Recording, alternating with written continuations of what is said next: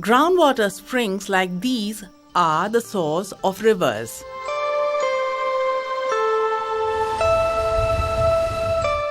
These tropical wet evergreen rainforests act as a sponge, absorbing rainwater. Gravity then redirects excess rainwater, channeling them as groundwater aquifers.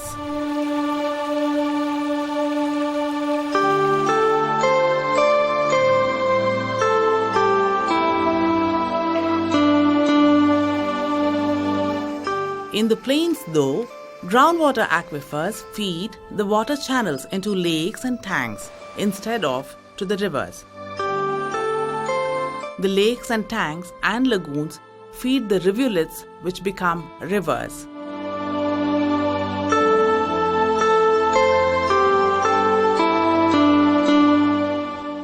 Nurturing these groundwater aquifers is the secret to sustaining water security for future generations. The need for recharge of groundwater table becomes critical when you realize that in the next 2 decades, the demand for water is expected to grow by 35 to 60% of current consumption patterns, according to a UNEP study called The Benefits of Soil Carbon, which is available online. The human population spurt, however, is expected to reach 9.7 billion people on planet Earth by 2050, which will stress the resources infinitely.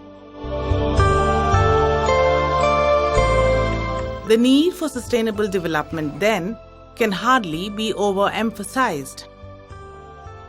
India has as many as 14 major river systems, whose total catchment area adds up to 252.8 million hectares. The catchment area for these river systems are the tropical wet evergreen rich rainforests. It is thus critical to conserve this catchment area, not just for the human consumption, but for the survival of wildlife too.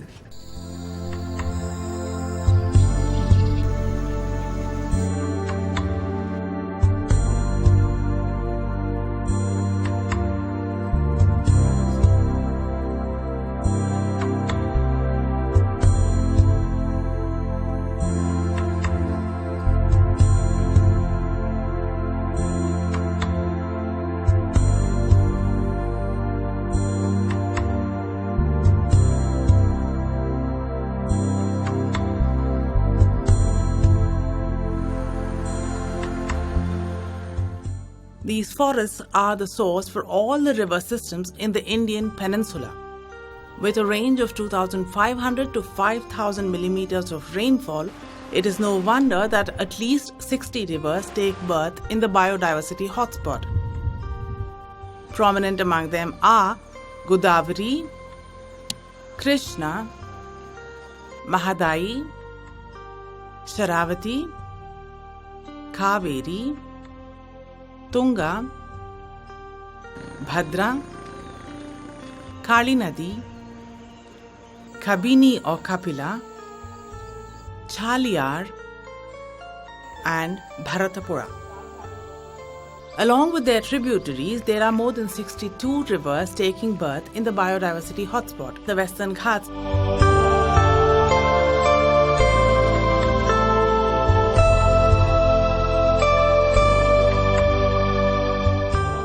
This kind of forest denudation for human development is often at the cost of critically endangered animals whose homes are robbed by mankind.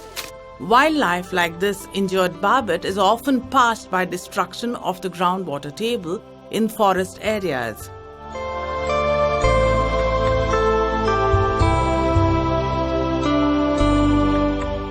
The rate of destruction of forests for human development makes it unsustainable for future generations of humanity as well as for wild animals. Not only leaving humanity and wildlife parched, this kind of forest denudation destroys rainwater sequestering to the river systems and to the groundwater aquifers. No wonder then, large dams are often futile in their utility. India epitomizes the water crisis with a severe water deficit affecting millions of her denizens.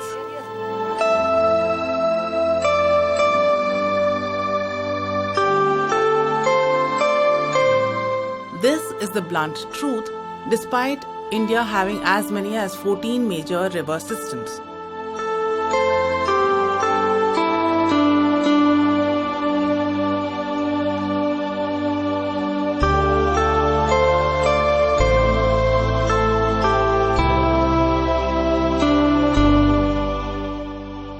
Together with their tributaries, their total catchment area adds up to a good 1870 cubic kilometers.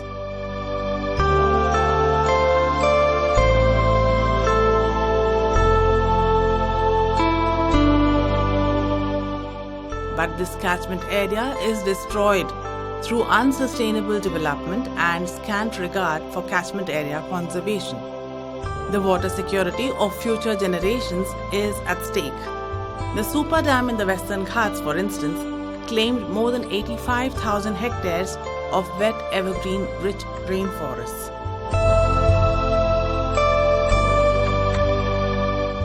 Further, the super dam has feeder dams like the Bommanahalli, Tattihalla, Khadra, Kodasalli, Kaneri, and the last one proposed, the Dandeli Dam, was stayed by India's Supreme Court. A total of 8,900 hectares of forests were clear-felled for the construction of what was then touted to be Asia's largest dam, the Super Dam, when it was commissioned in 1984.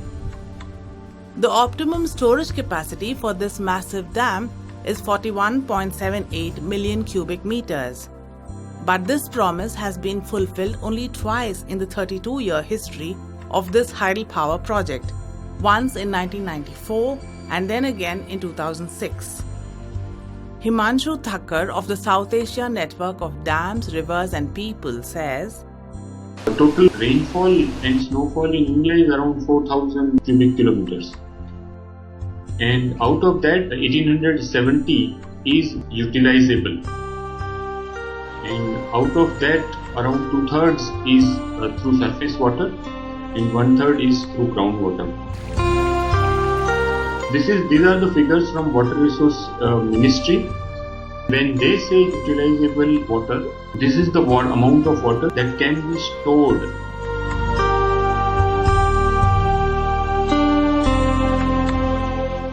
And then used for domestic water supply or industrial water supply or for irrigation. This does not include other uses of the rivers, which includes fisheries and drawdown cultivation and groundwater recharge and cultural and social uses of water and so on. Hydropower generation does not involve consumptive use of water. In hydropower station, the water passes through turbines and the same water comes out. The water is in that sense not used. It is just it is stored and then released. They destroy not just the catchment area but the rivers by themselves. Other large unsustainable dams across the Western Ghats include the Koyna Dam, Linganamaki, Kabini, Berthi, Varahi, Sharavati Tail Race, Lakkavalli, Mulaperiyar and so on. The Attirapalli hydroelectric project on the Chalakuri river in Kerala is stiffly opposed by locals on environmental grounds. If the Mahadai Dam comes up on the Goa-Karnataka border, it will submerge the Barapidi cave ecosystem,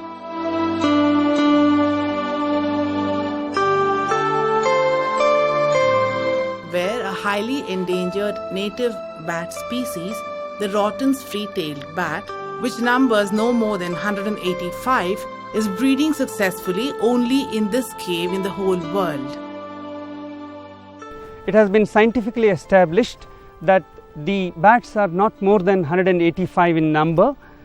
Since they are breeding and roosting only in this cave. The number is so small, that's why they are critically endangered species.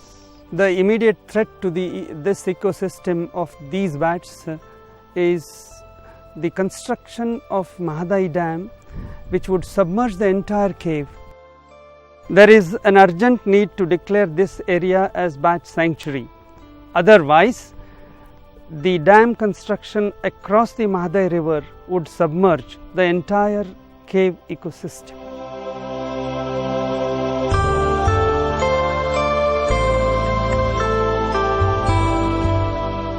Millions of people in the future generations in the emerging economies will struggle for water security thanks to current unsustainable levels of consumption of resources.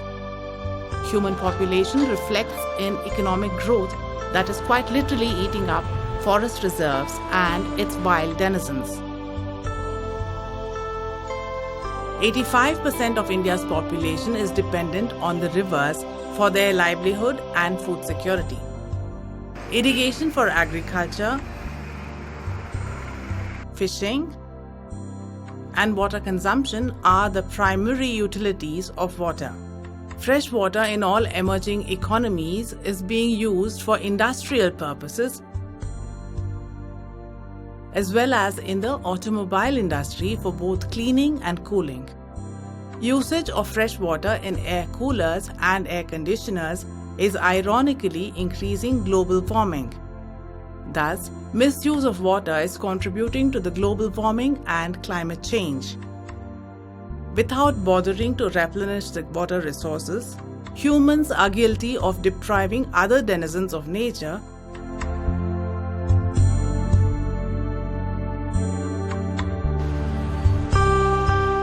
the habitat and water that they need for their survival. Himanshu Thakkar of South Asia Network of Dams, Rivers and People continues. If you look at the biodiversity, there are three major subsections of biodiversity. One is the biodiversity on the land.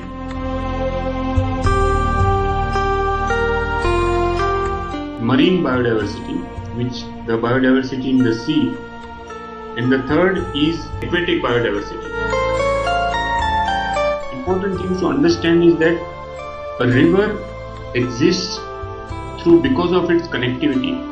It has the longitudinal connectivity between the upstream where the river is born to the downstream where the river meets the sea.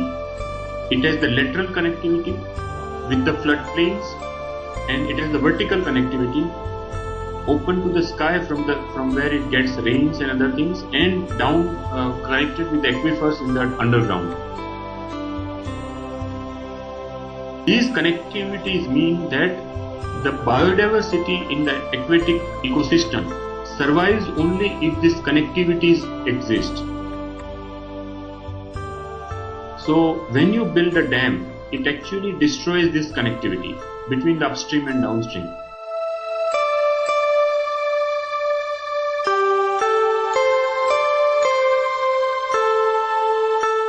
When you build a hydropower projects, when you build a barrage, all of these actually destroy this upstream downstream connectivity, and because of that, the biodiversity is at a greater risk and threat.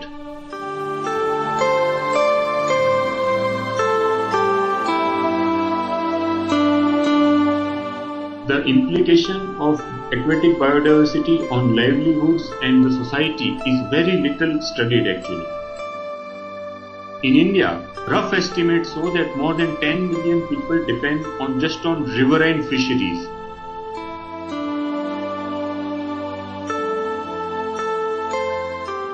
In addition, there is a very large number who depend on nutrition for aquatic biodiversity.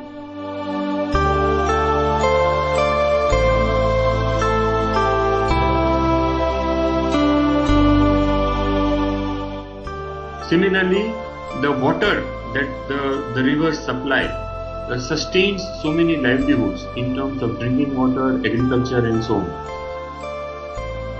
And these groundwater aquifers are recharged by rivers, a flowing river. But when you dam a river and stop the flow, you also destroy the groundwater recharge systems. Rivers are some of the biggest groundwater recharge systems. Similarly, when river reaches the sea, it provides the connectivity with the marine life. It takes the silt, nutrients in addition to water to the marine life. It decreases the salinity in the coastal area. It provides a certain thermal gradient in the sea, and it is this thermal and salinity gradient in the sea in the Bay of Bengal which drives India's monsoon actually.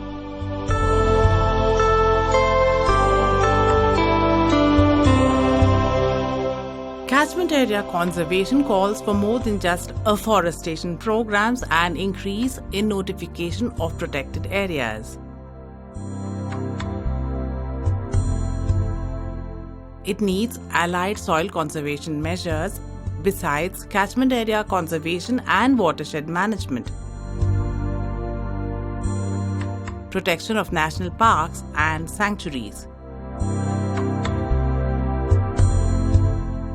Increasing the protected area network abides by India's commitment to the Millennium Development Goals of reducing biodiversity loss. Construction of dams, mining activity, road and highway construction, agriculture, human settlements in wildlife terrain all contribute to the loss of biodiversity.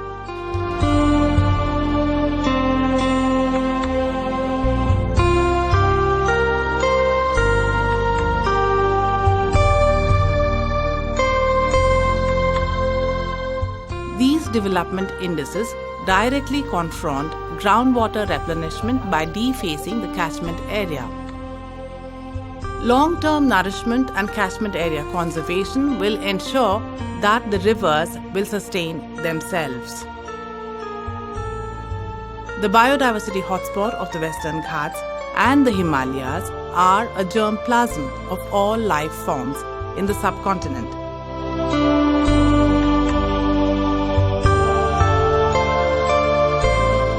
It is estimated that there are 4,000 species of flowering plants known from the Western Ghats alone.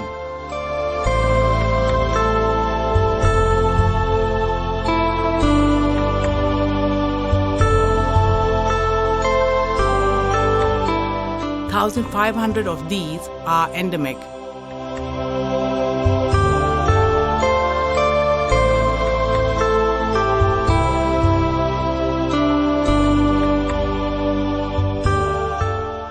Of the nearly 650 tree species found in the Western Ghats, 352 or 54% are endemic.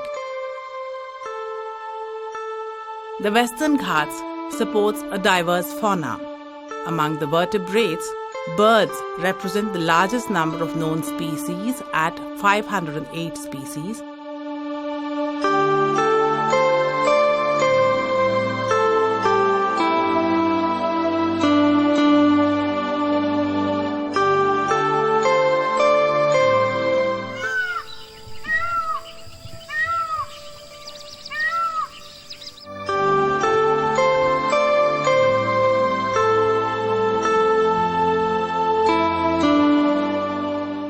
Followed by fishes at 218 species,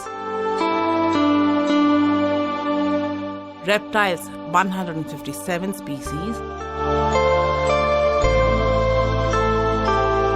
mammals 137 species,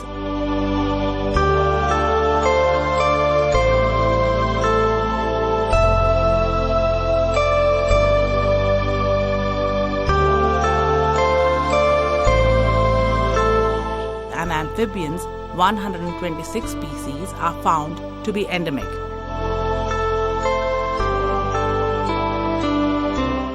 The rich forest canopy is the watershed of all the peninsular rivers in India.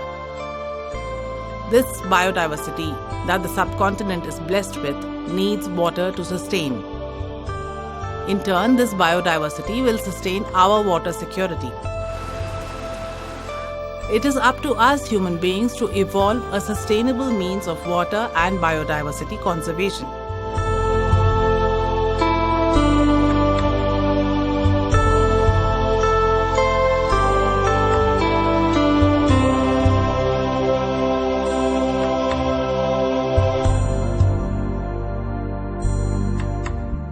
But if our generation does not respect this biodiversity, the catchment area for over 60 river systems in peninsular India will perish. Future generations will never forgive us for ruining their resource and water security. Without soil conservation measures, deforestation will only trigger more landslides and more deforestation.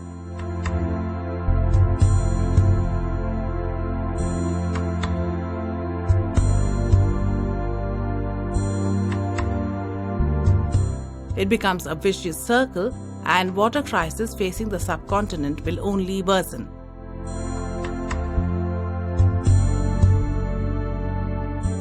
Political will is necessary to usher in sustainable water management.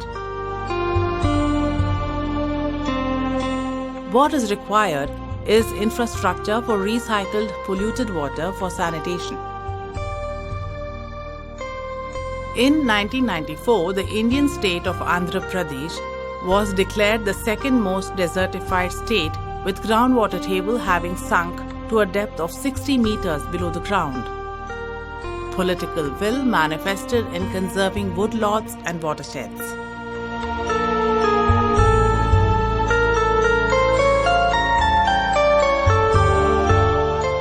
A massive regreening initiative saw fruit orchards generating employment and livelihood security for the marginalized. For a detailed perspective of watershed management for groundwater replenishment, you may want to watch this video by the Society for Education and Development, or SEDS, in Anantapur. SEDS is one of the premier NGOs in Anantapur district of Andhra Pradesh, dedicated to mitigating desertification through a whole myriad of initiatives, including soil conservation,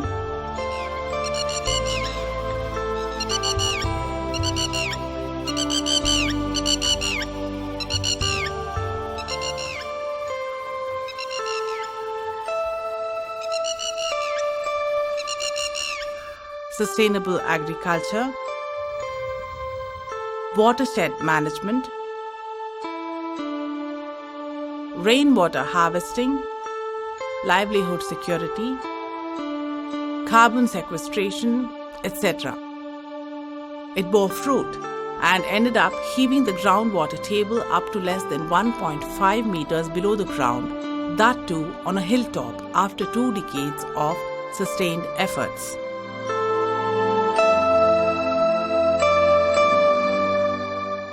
It exemplifies the successful sustainable rural development for conservation of catchment area with the express purpose of groundwater replenishment. In case you want to listen to more about watershed management, you may want to listen to this podcast.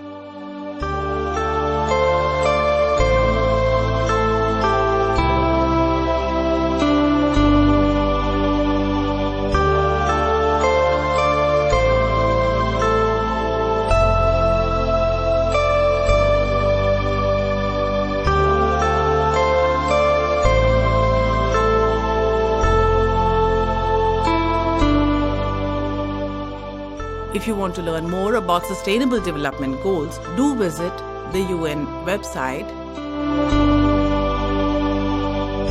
You may also want to visit the website of SEDS to learn more about sustainable development initiatives at the grassroots level. Watershed management, soil conservation, and nourishment of biodiversity conservation will give future generations of humanity water, food, and livelihood security. India's water lifeline today are not rivers. They are not the dams and the canals. India's water lifeline today are the groundwater aquifers.